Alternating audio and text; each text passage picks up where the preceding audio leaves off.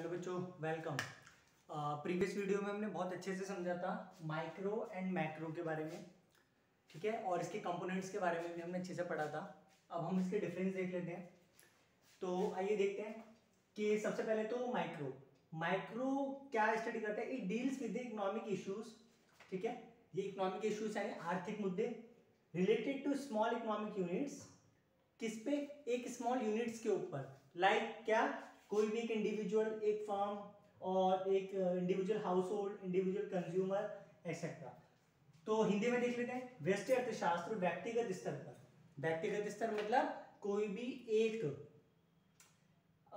व्यक्तिगत स्तर पर आर्थिक संबंधों तथा आर्थिक समस्याओं का अध्ययन करता है, जैसे व्यक्तिगत फर्म, एक उपभोक्ता, एक गृहस्थ आदि। अब देखिए, वैसे समझाता हूँ और अच्छे से कि ये क्या करता है मैक्रो इकोनॉमिक्स।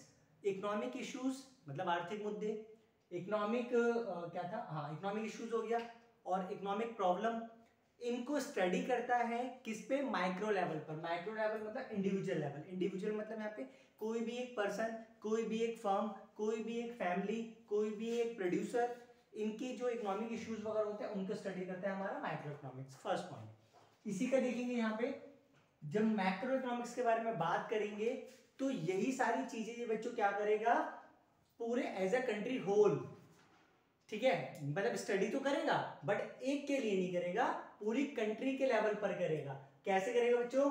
देखो, it deals with economics issues at the level of economy as a whole, पूरी कंट्री के लेवल पे। हिंदी में देखेंगे समष्टि अर्थशास्त्र संपूर्ण अर्थव्यवस्था के स्तर पर, मतलब पूरी अर्थव्यवस्था हमारी पूरी कंट्री के स्तर पर आर्थिक संबंधों अथवा आर्थिक समस्याओं का अध्ययन करता है। आई होप दोनों समझ आए होंगे, यहाँ पर एक इंडिविजुअल यूनिट और यहाँ पे कंट्री एज अ होल।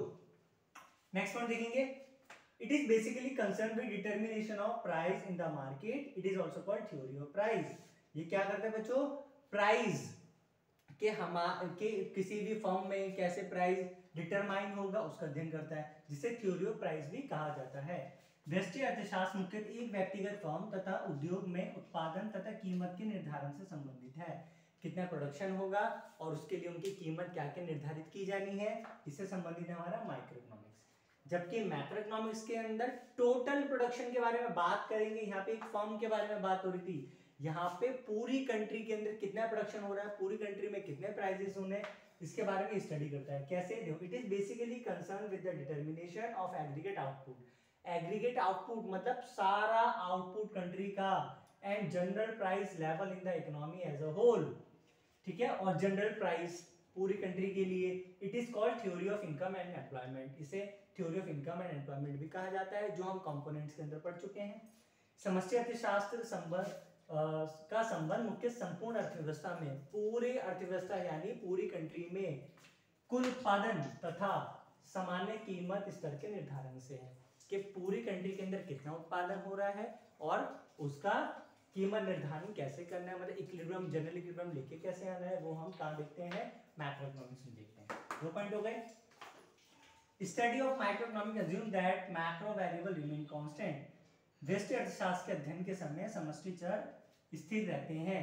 यहाँ पे मतलब है जब हम माइक्रो इकोनॉमिक्स की स्टडी करते हैं तो इसकी स्टडी करते समय जो इसके मतलब समष्टि अर्थशास्त्र यानी हमारे मैक्रो इकोनॉमिक्स के जो वेरिएबल्स होते हैं, वेरिएबल्स मतलब ये वाले, ये सारे क्या रहते हैं बच्चों? फिक्स रहते हैं, स्थिर रहते हैं, ठीक है। तो जब हम इसकी स्टडी करते हैं तो इसके वेरिएबल स्थिर रहते हैं, मतलब फिक्स रहते हैं। जब हम मैक्रो इकोनॉमिक्स की स्टडी करते हैं तो माइक्रो के वेरिएबल्स क्या रहते हैं? हमारे फिक्स रहते हैं, मतलब स्थिर रहते हैं, ठीक है। जब इसकी स्टडी करेंगे तो ये वाले वेरिएबल स्थिर रहेंगे, जब इसकी स्टडी करेंगे तो ये रहेंगे, इसकी स्टडी करेंगे तो ये वाले वेरिएबल्स स्थिर रहेंगे। 3 point.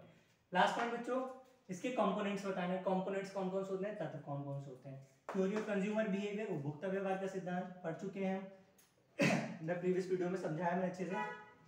Theory of producer behaviour और थ्योरी ऑफ प्राइस। नेक्स्ट, इसके कंपोनेंट्स कौन कौन से होते हैं।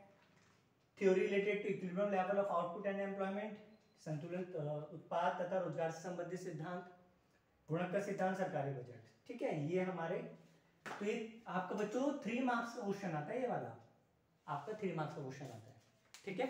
और इसके नोट्स चाहिए हो नीचे इंस्टा की आईडी दे दूंगा, उस इंस्टाग्राम की आईडी पे आप जाके नोट्स ले सकते हैं इसके, ठीक है। Thank you very much. मिलते हैं फिर नेक्स्ट क्लास में नए टॉपिक से। और ये वीडियो लेक्चर हमारा 2 है, आगे आते रहेंगे। Thank you.